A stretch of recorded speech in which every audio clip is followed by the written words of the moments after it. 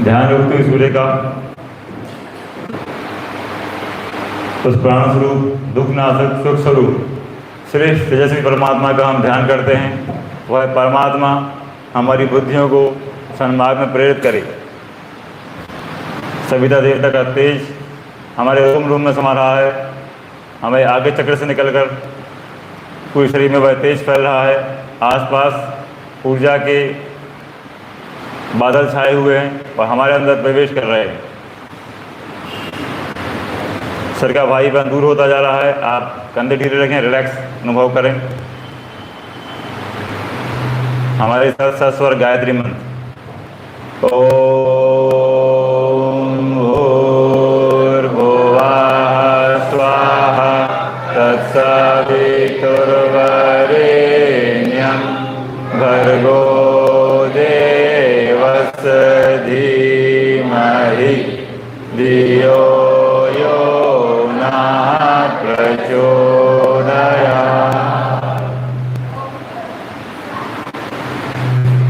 नेत्र बंद रखें, दोनों हाथों को आपस में रगड़ें, आंखों पर रखें, चेहरे की मसाज करें। सर पर, पूरे कंधे पर, दोनों हाथों पर आराम से हाथ देखते हुए नेत्र खोलें। आज के स्वाध्याय में हम लोग बात करने जा रहे हैं एक पुस्तक है गुरु जी की, गहना कर्मणोगति। इंग्लिश में है लॉ ऑफ कर्मा और हिंदी में इसका अर्थ है कर्म की गति बड़ी गहन होती है। ये पुस्तक आप कहेंगे हमारे लिए क्या भाषा क्या, हमें क्यों इसके बारे में बताया जा रहा है।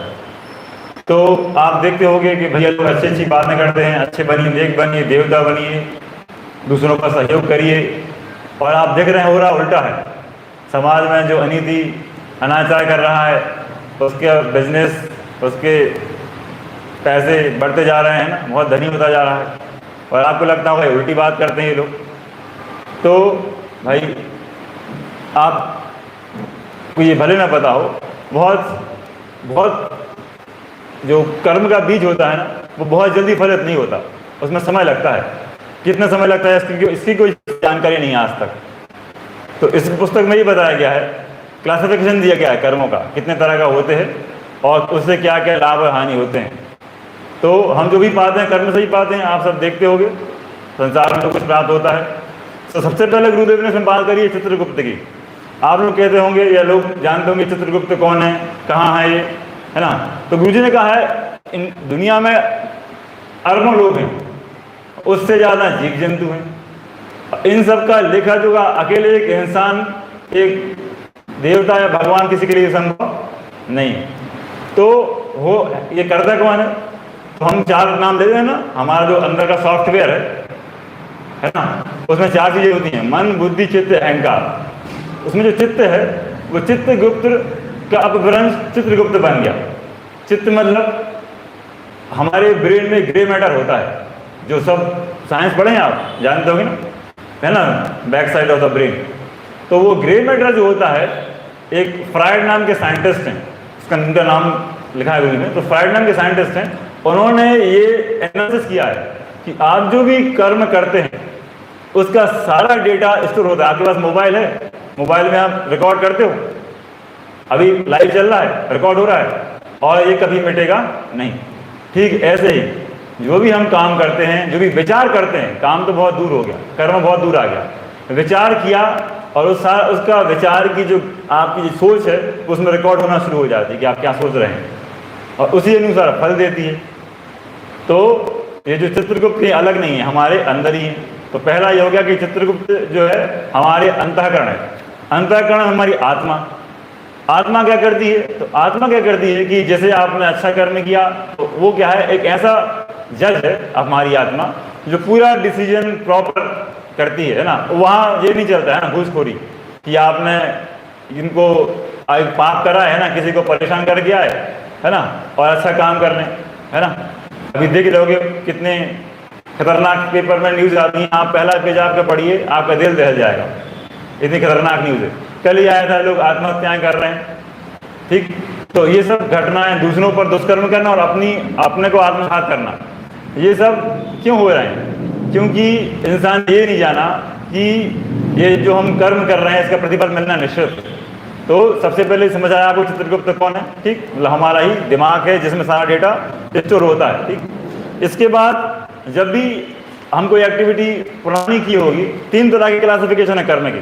पहला क्लासिफिकेशन ये है कि हम जो काम करते हैं उसमें 3 तरह के हैं। पहला है क्रियमाण, दूसरा है संचित, तीसरा प्रारब्ध। क्रियमाण मतलब आज आपने कुछ नशा कर लिया, गलत खा लिया या गड़बड़ खाना खा लिया तो पेट खराब हो जाएगा, उसको पेट बाहर फेंक देगा, ठीक। संचित कर्म में क्या होते हैं, आपको नहीं करना है लेकिन आपका दोस्त मेरी खातर आप चलिए आज साथ, मेरे खातर एक कस लगा लीजिए ना, मेरी खातर एक बार आप ये कर लीजिए, ठीक।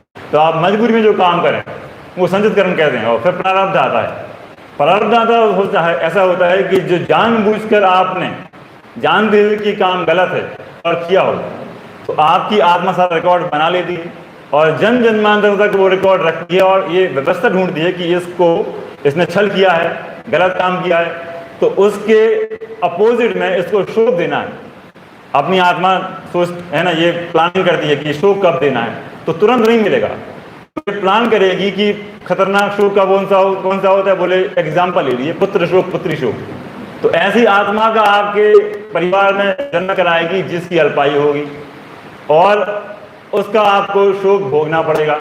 आपने तो कुछ गलत किया नहीं, उस जन्म में तो आपने अच्छे काम किए। लोग कहेंगे अरे राम राम, कैसा भगवान का न्याय है, अच्छा व्यतीत है इसके साथ। ऐसा कभी आज तक नहीं हुआ, भगवान कोई अन्याय नहीं, आपकी आत्मा का न्याय है। इसलिए आपको ये बताने के लिए सबसे पहले इस पुस्तक को उद्देश्य बता दीजिए कि इस लिखने का उद्देश्य क्या है, कि आप ये मत समझें कि ये भाई गलत काम कर रहे हैं, है ना, तब भी अच्छे, जैसे कई लोग होते हैं ना, जल्दी से हमारे आदित्य भाई हैं, सेलेक्ट हो गए, आप कहोगे ये तो हमसे छोटे हैं, कम उम्र में सेलेक्ट हो गए, इन्होंने क्या ऐसा कर दिया, हम भी तो पढ़ते हैं। तो हम जो भी कर्म कर रहे हैं उसका जो प्रतिफल है वो अभी मिलना निश्चित नहीं है। उन्होंने पूर्व जन्मों में इतना अपने आप को, दिमाग जो हमारी कभी कर्म होते हैं, तो हार्डवेयर तो बदलता रहता है, सॉफ्टवेयर चेंज, वो अपडेट होता है। आप देखिए आपके पास जो मोबाइल है उसमें बार बार एक ऑप्शन आता है, update your software, update your app बोलते हैं। तो हार्डवेयर तो आप चेंज करते, मोबाइल चेंज करते जाओगे, लेकिन उसमें जो ऐप्स रहेंगे वो अपडेट, ठीक है, वही सॉफ्टवेयर हमारी आत्मा है, वो अपडेट होती रहती है। तो इसी, यदि आपने अच्छा काम किया, अच्छा ज्ञान अर्जित किया है, ज्ञान अर्जित करना गलत नहीं है, करते जाइए। फल के लिए आप आशा मत करिए, भगवान ने क्या कहा है, कर्मण्ये वाधिकार से माँ फलेषु कदाचन। फल की इच्छा की आपको दुख होगा कि यार मैंने इतनी तैयारी की, रिजल्ट अच्छा नहीं आ रहा है। हो सकता है ईश्वर ने आपको उससे बेहतर कार्य के लिए बनाया हो, बस आपको अपनी एलिजिबिलिटी विकसित करनी है। एग्जाम का नाम क्या होता है, एलिजिबिलिटी टेस्ट, वो डेवलप कर लीजिए। तो बहुत सरल है, विद्या ज्ञान प्राप्त कीजिए। गुरुदेव ने पुस्तक लिखी है, विद्या शिक्षा नहीं विद्या की है, विद्या ददाति विनयम। यदि आपको विद्या प्राप्त हो तो आप विनम्र होना शुरू हो जाएंगे, आपको ज्ञान प्राप्त होगा। जो फलदार वृक्ष वो क्या हो जाते हैं, झुक जाते हैं, और सूखे ठूंठ से खड़े रहते हैं, और सबसे पहले सूखे वृक्ष ही काटे जाते हैं। तो गुरुदेव कहना है बेटा आप जाके बता देना, जैसे हवा जाके नाक में घुस जाती है, सूर्य का प्रकाश कहीं भी घुस जाता है, ऐसे आप भी जाके बता देना कि समय अच्छा आने वाला है। जो गड़बड़ कर रहे हैं उनका नाश निश्चित है। एग्जाम्पल, गड़बड़ा किला देखा आपने, अभी पहले ऐसे ही रहा होगा क्या, नहीं रहा होगा ना, खंडर हो गया ना। तो आपको क्या लगता है जिन लोगों ने नीति से धन कमाया है, गलत काम किया है, वो जो आज की कमजोर बिल्डिंग है उनसे मजबूत है क्या, उन किलों से? उनका एक पत्थर नहीं भी हिला पाओगे आप। उस बिल्डिंग में आप एक जोर से पत्थर मार दोगे तो गिर सकती है। इसका मतलब क्या है, ये आप निश्चित मानिए कि परिवर्तन बहुत क्विक होता है, ठीक। तो हमको अच्छे कर्म करना है। अच्छे कर्म कब होंगे, जब अच्छी बुद्धि होगी। और अच्छी बुद्धि कब आएगी, सब बुद्धि का तरीका क्या है ज्ञान प्राप्त करने का? 2 ही तरीके हैं, बताए थे उस दिन। पहला क्या है, साधना करिए, है ना, गायत्री का जप करिए, उसमें एक शक्ति होती है। जो किसी और धर्म से हैं वो अपने धर्म का मन कर सकते हैं, कलमा पढ़ सकते हैं, ब्रह्मोगार मन कर सकते हैं, कोई बुरा नहीं, लेकिन उसके अंदर जो भाव है वो इम्पोर्टेंट है, क्योंकि भाव की कमी ही अभाव का कारण बनती है। हमारे पास अभाव है ना, आज कोई कमी की हमारे पास जीवन में, तब तो हम प्रयास कर रहे हैं, मेहनत कर रहे हैं पाने के लिए। तो अभाव दूर करने के लिए भाव जगाने होंगे। तो सद्भाव से सद्भावना जगाने के लिए सद्ज्ञान प्राप्त करिए, अच्छा साहित्य पढ़िए, तो आपको दिशा मिलेगी। इसके अलावा और एक और क्लासिफिकेशन है इसका कर्म का।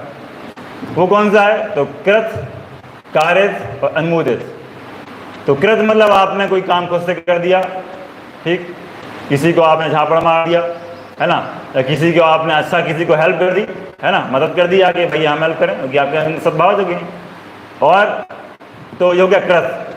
फिर कारित क्या होता है? यदि आपने किसी से काम करवाया है ना, उसको बोल दिया इसको ऐसा कर देना, है ना, तो कौन सा कर्म है? कारित। और एक होता है अनुमोदित, मतलब आपका क्या है उसमें? मौन, सहमति, अनुमोदन, आपने अलाउ कर दिया है ना।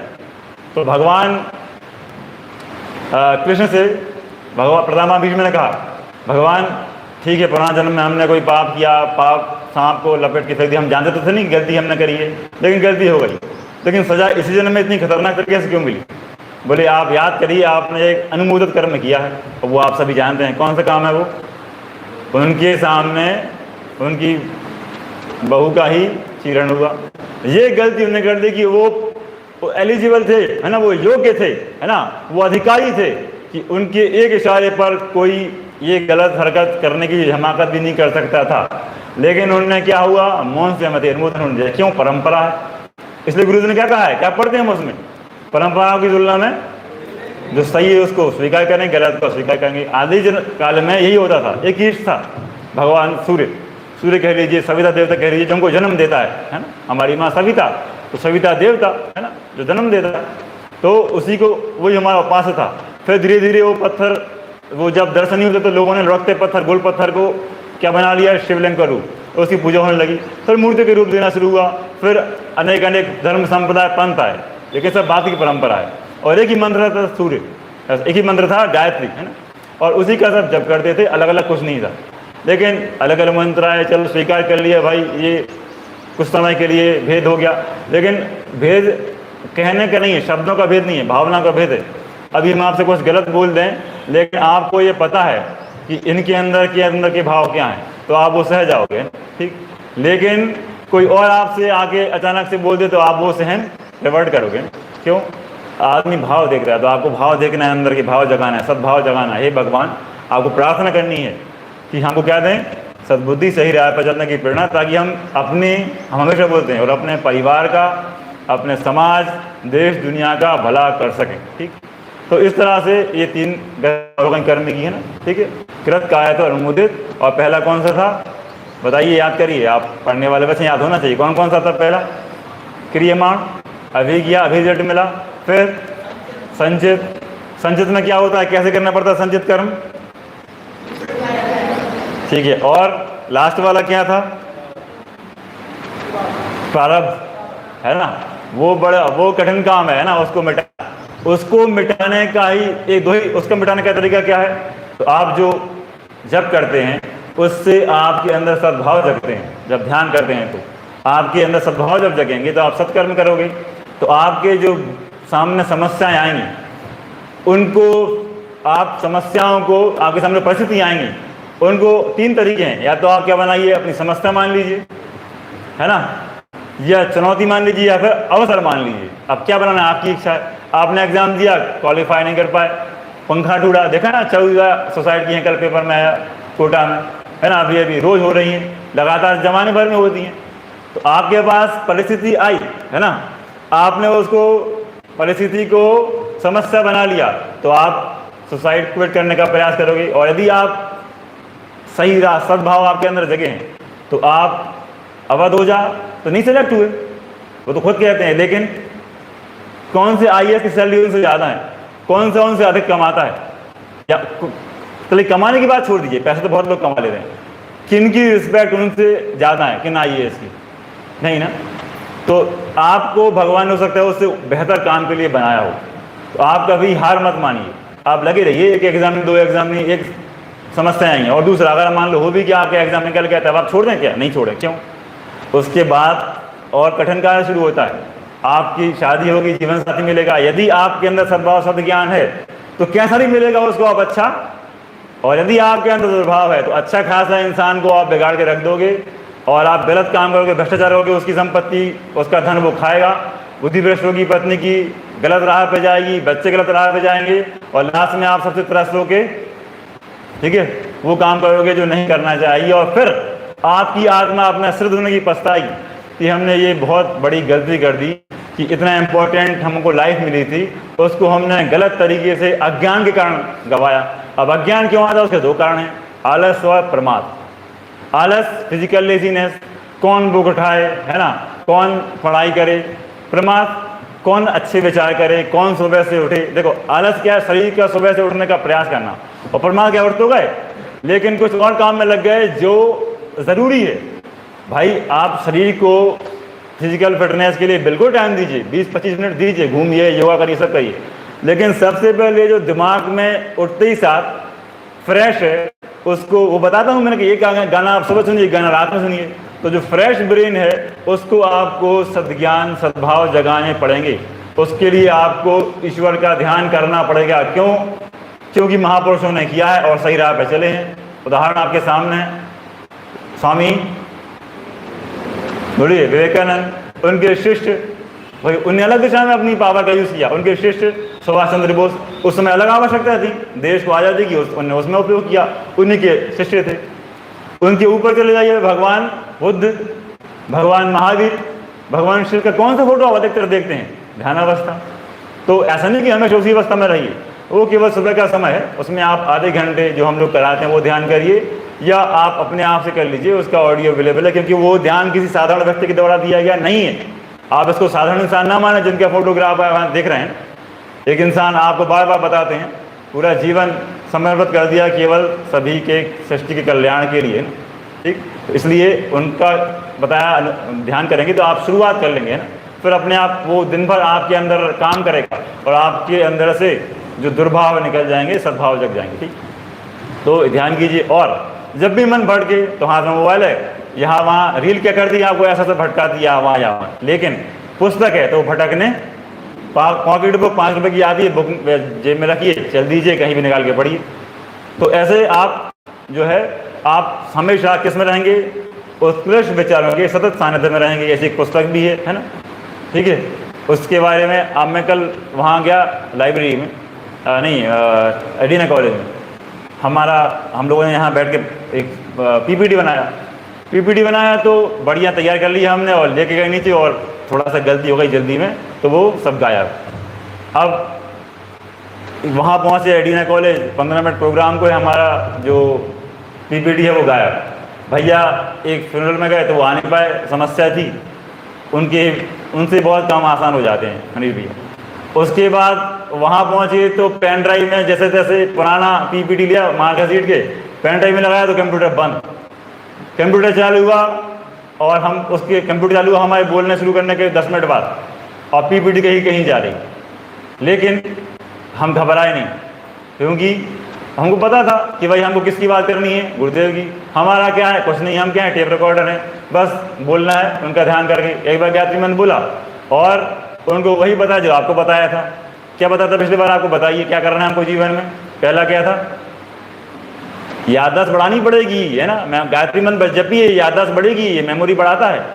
आगे जी न्यूज़ का एक देखना वीडियो पड़ा है यूट्यूब पर 10-15 मिनट का, उसमें पूरा लिखा है कि आगे वाला दिमाग, है ना, तेज होता है ना, पीछे वाले की मेमोरी बढ़ती, सब बताया गया है ना। तो आप उसको सुनिए, सुधीर रंजन, जी न्यूज़, है ना। एम्स और IIT का रिसर्च है, नहीं कि उन्होंने अपने मन से बोल दिया ना। तो भाई ऐसी अवस्था आई तो फिर जैसे वो गुरुदेव का आशीर्वाद था तो प्रोग्राम बढ़िया हुआ। उनको हमने वही बात बताई। क्या बात बताई? बताइए क्या बताया था आपको पिछले क्लास में? साधना, दूसरा स्वाध्याय, तीसरा संयम, चौथा सेवा। आप लोग भूल जाते हो ना, साधना, स्वाध्याय, संयम, सेवा। उपासना जो है साधना के अंतर्गत आ जाती, ठीक। तो उनको बताया। अब वो भाई कॉलेज के बच्चे हैं ना, वो समझे धोती कुर्ता में आया, कैसे बेवकूफ़ टाइप के लोग हैं, इन्हें कुछ काम नहीं है क्या। हमने उनको समझाया कि फर्स्ट क्या है, सेल्फ ऑब्जर्वेशन। साधना नहीं बोला, तो कहेंगे यार ये तो हिंदी बोल रहे यार, है ना, बाबा जी आ गए। भाई हमने कहा भाई हम तो साधारण इंसान हैं, लेकिन बातें आपको अथरथन बचा के जाएंगे यार। फिर self observation, self refinement, self development, self expansion, ये सब बता दिया तो वो समझ गए हाँ ठीक है। वो लास्ट में बताया ये जो मैंने बातें बताई हैं ये पुस्तक से बताई हैं, हिंदी में इसका अर्थ है। अच्छा, समझ गए बात। और उन लोगों ने वहाँ पर लगभग अच्छा जितने छात्र गए थे आधा से ज़्यादा बिक गया, है ना। धरातल साहित्य पे का, क्योंकि मैंने जो बताया कि मैंने जो बोला है वो कहीं और से नहीं, ये जो यहाँ बैग रखा है बुक्स का, इसमें से बोला है। सब ने एक से एक बुक्स ली, तो इसलिए आपसे कहता हूँ कि आप इस क्रम में आइए। तो इसमें आप क्या, तो बात वहीं आ गई, कहना कर्मणो गति है ना। तो आप ये मत मानिएगा कि भैया लोग अच्छी बातें सिखाते हैं तो उसका कोई नुकसान है। अच्छे काम करने का कोई भी नुकसान नहीं होता। वो आपका धीरे धीरे आपके विचार ही क्या बनते हैं, आपके शब्द ही क्या बनते हैं, आपके कर्म, आपके कर्म ही क्या बनते हैं, आपकी आदत, आपकी आदत क्या बनती है, आपकी संस्कार, आपकी संस्कार क्या बनते हैं, आपका प्रारब्ध, जिसकी बात अभी मैंने आपको की। इसलिए दुर्विचार नहीं आने दीजिए, हमेशा अच्छे विचार कीजिए और ये भाव कीजिए कि जीवन में कुछ हो जाए, है ना, प्रयास कीजिए, है ना, कि कुछ भी हो जाए हम अच्छे विचारों का, अच्छे कार्यों का, अच्छे भावों का दामन नहीं छोड़ेंगे। तो निश्चित मानिए आप स्वयं तो आगे बढ़ेंगे ही, अपने साथ अपने वही परिवार, समाज, देश, दुनिया का भला करते जाएंगे। और ये समय आएगा, हमारे परम पूज्य गुरुदेव का आश्वासन है कि आपको केवल ये समय की व्यवस्था में बना दी, अंतरिक्ष में सूक्ष्म जगत में वो व्यवस्थाएं बना दी हैं, आपको केवल उस राह पे आगे बढ़ना, कठपुतली बन के। तो कुछ भी हो जाए, आप 2-3 काम मैं हमेशा बोलता हूँ कि सुबह की साधना मत छोड़िए, दिन का या किसी भी समय गिरी हालत में, मतलब सीधी सी बात है, भजन बिना भोजन नहीं। अगर आपने सुबह का जप नहीं किया है तो अनिवार्य रूप से कर लीजिए, उसके बाद भोजन कीजिए। एक बार लेट हो जाए, 2 बार लेट हो जाएंगे, लेकिन जब ऐसा ही कर लें कि मैंने आज भजन नहीं कर पाया, सुबह की साधना नहीं कर पाई, ध्यान नहीं कर पाया, तो आज मैं भोजन नहीं करूँगा या करूँगी, अपने आप अपनी नींद तो कम करके उस दिन मिलेगा ही नहीं। तो अपनी नींद आप ऐसे खुलेगी छटपटा के कि भैया साधना नहीं करेंगे तो भोजन नहीं मिलेगा, है। तो अपने अनुशासन नहीं है, आत्मानुशासन, कोई आपको देखने नहीं आएगा, है। फिर उसके बाद सोएंगे नहीं जब तक कि हम 1 घंटे स्वाध्याय नहीं कर लेंगे। पढ़ते पढ़ते कब आप सो जाओगे आपको पता नहीं लगेगा, और जो पढ़ के सोओगे वो दिमाग में घूमता रहेगा। दिन में यहाँ वहाँ दिमाग जाए, तुरंत बुक उठाइए और उसको पढ़ने लगिए, पॉकेट बुक जेब में रखिए, और इसके अलावा इसको लोगों तक ले जाइए। आप में से कितने लोगों ने अपने दोस्तों को बताया कि ये बुक पढ़नी चाहिए, अच्छी बुक है, बताया क्या? साहस जुटाया ना। ये साहस कब पैदा हुआ? जब आपने उसका फल चखा, उसका स्वाद लिया। कितने लोगों ने बुक पढ़वाई? लोगों हाथ उठाइए, भाई साहब रिकॉर्ड कर रहे हैं। कितने लोगों ने दूसरों को साधना करने के लिए, ध्यान करने के लिए, जप करने के लिए प्रेरित किया? वही लोग हैं, देखिए। तो शुरुआत वहीं से होती, जिसका साधना, सुबह का ध्यान गड़बड़, उसका सब कुछ गड़बड़, दिन बर्बाद। निश्चित मानिए, है ना। आपको लगता होगा कि ये कैसा बोल रहे हैं, नेगेटिव नहीं बोल रहा हूँ, या आप अनुभव कर लीजिएगा, अनुभव की बात बोल रहा हूँ, है ना। हालांकि हमारे जीवन में भगवान की कृपा से ऐसा दिन रेयर ही आया होगा अभी, है ना, लेकिन लगभग नहीं आ रहे। और स्वाध्याय नहीं किया है तो आपके दिमाग में यहाँ गंदगी भरेगी। और संयम भी बताया था कि मुंह से भोजन और आँखों से दर्शन गड़बड़ नहीं करना है, अपने आप को कंट्रोल रखना है। तो है ना, भाई लोगों का बहुत जल्दी होता है ना, ठीक है।